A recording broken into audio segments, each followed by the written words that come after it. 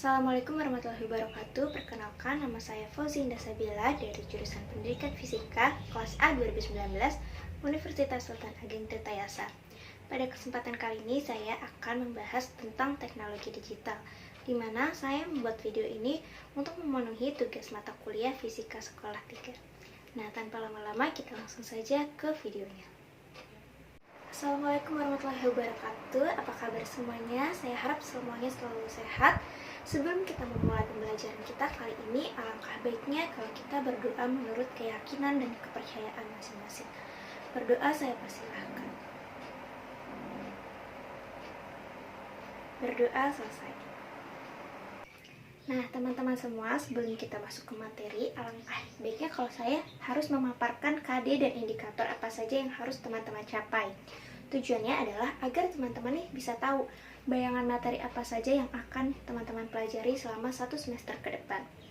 Nah, KD-nya adalah kita akan memahami konsep penyimpanan dan transmisi data dalam bentuk analog dan juga digital, serta penerapannya dalam teknologi informasi dan komunikasi yang nyata dalam kehidupan kita sehari-hari.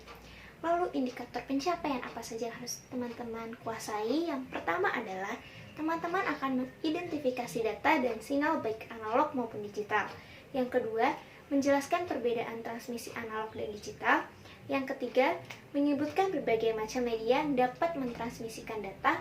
Dan yang keempat, membedakan berbagai macam metode transisi data dan sinyal. Yang kelima, menyebutkan berbagai penggunaan teknologi digital dalam kehidupan sehari-hari. Dan yang keenam, teman-teman bisa membandingkan prinsip kerja alat penyimpanan data digital yang sering dipakai dalam kehidupan sehari-hari. Lalu apa saja sih penilaiannya yang akan saya ambil untuk 1 semester ke depan? Yang pertama tentu saja sikap, yaitu kita nanti akan ada angket karakter dan lembar penilaian sikap diri. Yang kedua adalah nilai pengetahuan, yaitu penugasan dan ulangan. Dan yang ketiga adalah kompetensi keterampilan, yaitu ada lembar observasi unjuk kerja dan keaktifan teman-teman dalam pembelajaran kita 1 semester. Mendengar kompetensi dasar dan juga indikator pencapaiannya, tentu teman-teman sudah tahu kalau kita akan belajar tentang teknologi digital. Jadi langsung kita masuk ke materi teknologi digital. Teman-teman tentu sudah tahu kan apa sih teknologi digital itu, bagaimana menurut teman-teman? Karena teman-teman pasti menonton video ini melalui YouTube dan kuota internet dan juga pakai gawai seperti ponsel ataupun laptop. Betul? Nah, apalagi di era seperti ini yang kita pandemi COVID-19, teknologi itu udah nggak asing lagi pasti di mata teman-teman. Pasti teman-teman udah semakin pandai menggunakan teknologi karena kita harus dituntut untuk selalu menggunakan internet, ponsel, dan aplikasi-aplikasi lainnya. Jadi teman-teman, teknologi komunikasi digital adalah teknologi yang menggunakan basis sinyal elektrik komputer dalam programnya. Nah, sinyal digital ini bersifat terputus-putus dan menggunakan sistem bilangan biner. Nah, bilangan biner ini yang akan membentuk kode yang merepresentasikan suatu informasi. Kode-kode ini yang kemudian akan diolah salah satunya menggunakan komputer. Misalnya aja nih, gambar yang diambil menggunakan kamera diubah menjadi bentuk digital dalam satuan piksel. Pasti teman-teman tahu kan, megapiksel gitu. Nah, satuan terkecil data yang disimpan digital dinyatakan dengan 1 bit. Apa yang muncul di benak kalian ketika melihat alat-alat ini? Betul sekali, alat-alat ini merupakan contoh-contoh alat teknologi digital. Contoh alat yang mengandalkan sistem digital antara lain adalah MP3, DVD player, kamera digital, internet. Nah, sinyal digital analog dan tentu saja peralatan yang berkaitan pada umumnya tidak saling kompatibel. Hal ini mengharuskan hubungan antara analog ke digital dan digital ke analog yang membutuhkan proses konversi. Nah, ini akan membantu kita menggunakan peralatan yang berbasis analog dan digital dalam keseluruhan. Selanjutnya adalah transmisi data. Nah, transmisi data merupakan suatu proses pengiriman data dari sumber data ke suatu penerima data menggunakan media komputer ataupun elektronik. Adapun dalam transmisi data ini ada beberapa bagian penting yang terdapat di dalamnya, yaitu sinyal dan modulasi, media transmisi data, arah transmisi data, dan mode transmisi data. Yang pertama, sinyal dan modulasi, yaitu merupakan gelombang elektromagnetik yang digunakan untuk mentransmisikan data atau informasi dari suatu tempat ke tempat lainnya. Sinyal dikelompokkan menjadi dua, yaitu sinyal analog dan sinyal digital. Sedangkan modulasi adalah penggabungan bentuk sinyal data dan sinyal pembawa atau carrier untuk mentransmisikan informasi dengan tujuan efisiensi dan meminimalisir noise atau derau. Yang kedua ada media transmisi data. Nah, media transmisi data merupakan media yang digunakan untuk mengirimkan data sehingga dapat menghubungkan pengirim dengan penerima data tersebut. Nah, media transmisi data berupa guide transmission, media yang menggunakan sistem kabel, dan unguided transmission media yang menggunakan sistem gelombang elektromagnetik. Arah transmisi data sendiri merupakan proses yang menjelaskan bagaimana arah kontak transmisi data yang terjadi antara pengirim dan penerima data.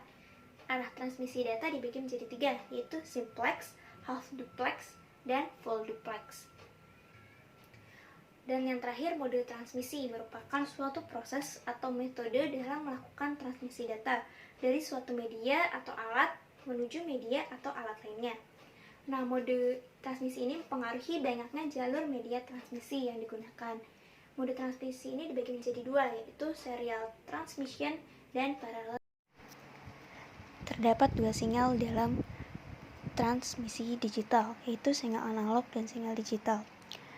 Nah, sinyal analog sendiri adalah sinyal data dalam bentuk gelombang yang muncul secara kontinu, yaitu sinyal analog mengubah informasi dalam bentuk karakteristik gelombang sinusoidal. Nah, dua karakteristik terpenting dalam sinyal analog adalah adanya amplitudo, fase, dan frekuensi. Sedangkan sinyal digital sendiri adalah sistem bilangan yang biasa digunakan, yaitu desimal, biner, oktal, dan heksadesimal. Jalur transmisi data, yaitu suatu alat yang mampu mengirimkan informasi dengan menggunakan peralatan yang lain. Nah, jalur transmisi data ini dibagi menjadi tiga macam, yakni multicast, broadcast, dan unicast. Nah, multicast sendiri adalah suatu proses komunikasi terjadi melalui satu alat dengan alat lainnya. Dalam proses ini, masing-masing alat atau media yang terhubung dapat berkomunikasi menggunakan alat yang menghubunginya. Contohnya adalah server yang digunakan untuk mengakses internet. Nah, server tersebut mampu melayani beberapa komputer yang terhubung dengan media. Dan dalam proses ini, komputer yang dihubungi mampu memberikan respon balik terhadap server tersebut. Yang kedua adalah broadcast. Nah, pada proses ini, dalam pengiriman data atau informasi dari suatu alat ke alat lainnya. Dalam proses ini, alat yang menerima informasi tidak bisa memberikan respon balik terhadap alat pengirim data atau informasi. Contohnya adalah pemancar radio, pemancar televisi, ataupun email menggunakan mailing list. Nah, yang terakhir ada unicast. Unicast sendiri adalah kontak informasi yang terjadi pada suatu alat dengan satu alat lainnya. Misalkan sewaktu menggunakan telepon. Nah, ketika salah satu telepon digunakan untuk menghubungi salah satu telepon yang lain, maka selain kedua telepon yang berhubungan tersebut tidak dapat menghubungi salah satu dari telepon yang sedang terkoneksi atau terhubung. Kayak kalau kita nelfon di WhatsApp aja gitu, kan pasti ada tulisan bla bla is on another call. Selanjutnya adalah media transmisi. Nah, media transmisi sendiri adalah media yang menjadi penghubung antara pengirim dan penerima informasi atau data.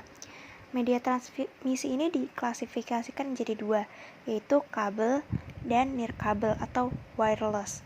Nah, kabel ini adalah atau fisik media yang didesain dengan bentuk tertentu agar dapat menyalurkan sinyal transmisi. Media transmisi ini dapat dilihat dan diraba. Jika dilihat dari penempatannya, media transmisi fisik terbagi menjadi dua, yaitu media atas tanah dan media bawah tanah.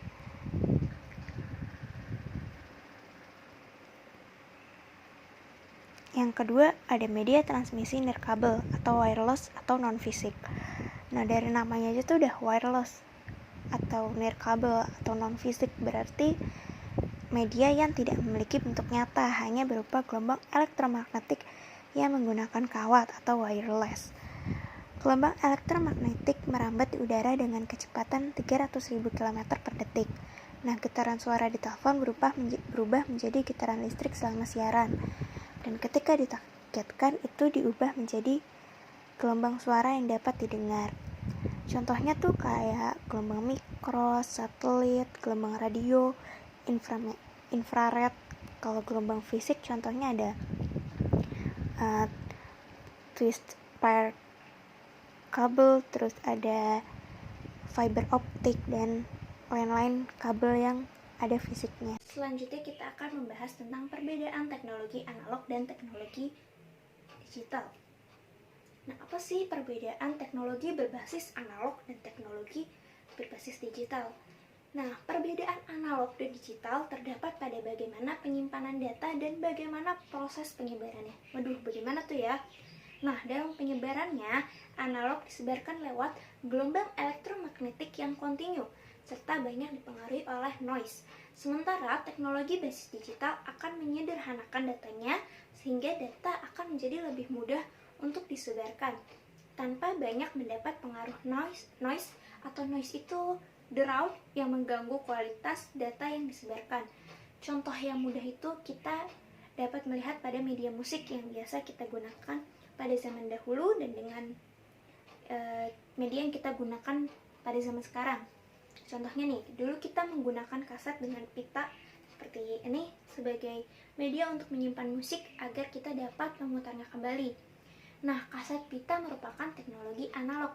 Lain kan dengan sekarang kita menyimpan musik dan mendengarkannya tuh dari MP3 player, laptop, handphone, iPod, dan lain sebagainya yang merupakan bentuk teknologi berbasis digital. Nah, teman-teman ingat kan di awal aku menyinggung tentang CD, lalu tentang flash disk.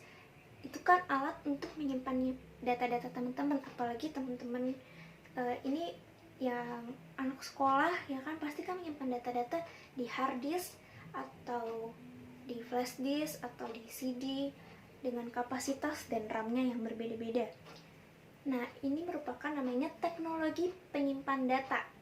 Nah, teknologi penyimpan data ini merupakan representasi fakta dunia nyata yang mewakili suatu objek yang direkam dalam bentuk angka, huruf, simbol, teks, gambar, bunyi, atau kombinasinya. Nah, data merupakan material mentah yang akan diolah menjadi sumber informasi. Tanpa melalui pemrosesan terlebih dahulu, maka data tidak akan memiliki arti. Di era yang seperti ini kan manusia berinteraksi dengan berbagai data yang juga bersifat digital. Nah, oleh karena itu kita perlukan suatu wadah atau media yang digunakan untuk menyimpan data tersebut, yaitu flash disk, hard disk, ataupun CD. Untuk selanjutnya, data yang sudah tersimpan dengan baik dapat digunakan kembali. Contohnya aja, data nomor telepon yang kita simpan di telepon seluler di buku kontak yang dapat kita panggil sewaktu-waktu dengan mudah, atau bahkan kita share kontak ke teman lain. Nah, peralatan penyimpan data secara bertahap mengalami perubahan seiring dengan perkembangan zaman. Dari beberapa masa telah dibuat alat penyimpan data berupa pita kaset, keping CD, flash disk, dan lain sebagainya. Nah, seiring berkembangnya zaman juga berarti data-data yang kita simpan pasti makin banyak dan alatnya pun semakin canggih, dari yang cuma 500 MB dengan megabyte lalu menjadi giga atau menjadi terabyte, atau yang lebih canggih lagi sekarang menyimpan data udah nggak perlu pakai alat lagi, tapi ada yang namanya Google Drive, ada yang namanya cloud di iPhone, iCloud, ada juga ForShare atau misalkan Dropbox. Pokoknya teknologi-teknologi yang nggak perlu lagi kita bawa alat kemana-mana dan itu lebih mudah, yaitu kesempatan hilangnya akan semakin lebih tipis. Jadi semakin majunya zaman, maka juga semakin banyak nih alat penyimpan data, teknologi penyimpan data yang lebih efektif, lebih murah, lebih banyak kapasitasnya, dan lebih berguna untuk kita semua. Selanjutnya adalah aplikasi teknologi dalam kehidupan sehari-hari. Pasti teman-teman udah pada tahu karena teman-teman sudah mengaplikasikannya.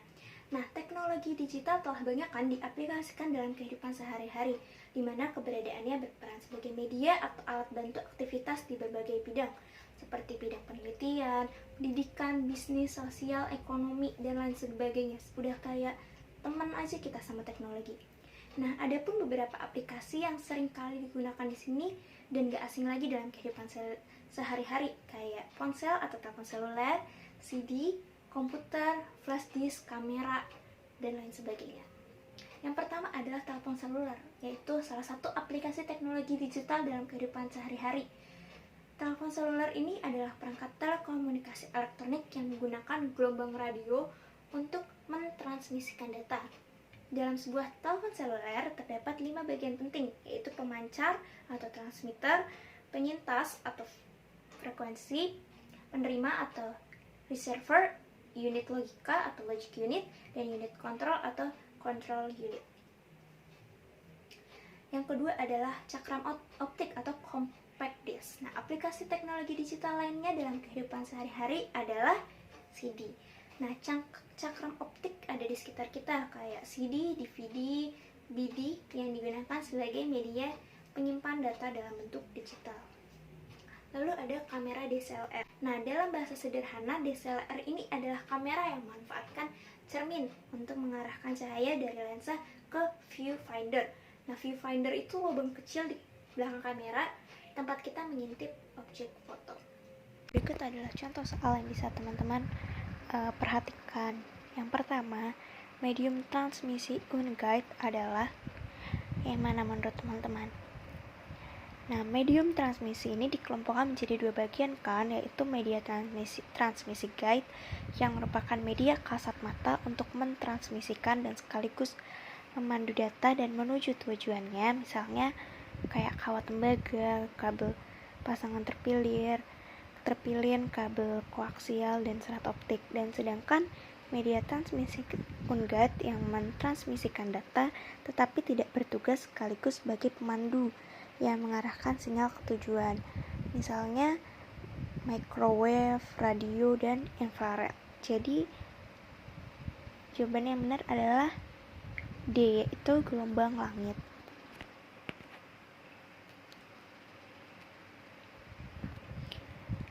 Lalu yang kedua, pesan-pesan telepon dapat ditransmisikan melalui cahaya tampak. Teknologi ini berdasarkan pada pemakaian. Nah, saat ini kan kita tahu ya kalau cahaya sebagai media komunikasi, yaitu data dibawa oleh cahaya, dan untuk menyalurkannya diperlukan suatu jenis kabel yang khusus yang disebut sama serat optik. Maka dari itu jawaban yang benar adalah B, kabel serat optik. Terima kasih teman-teman sudah menonton video pembelajaran ini sampai akhir. Kurang lebihnya saya mohon maaf. Wassalamualaikum warahmatullahi wabarakatuh.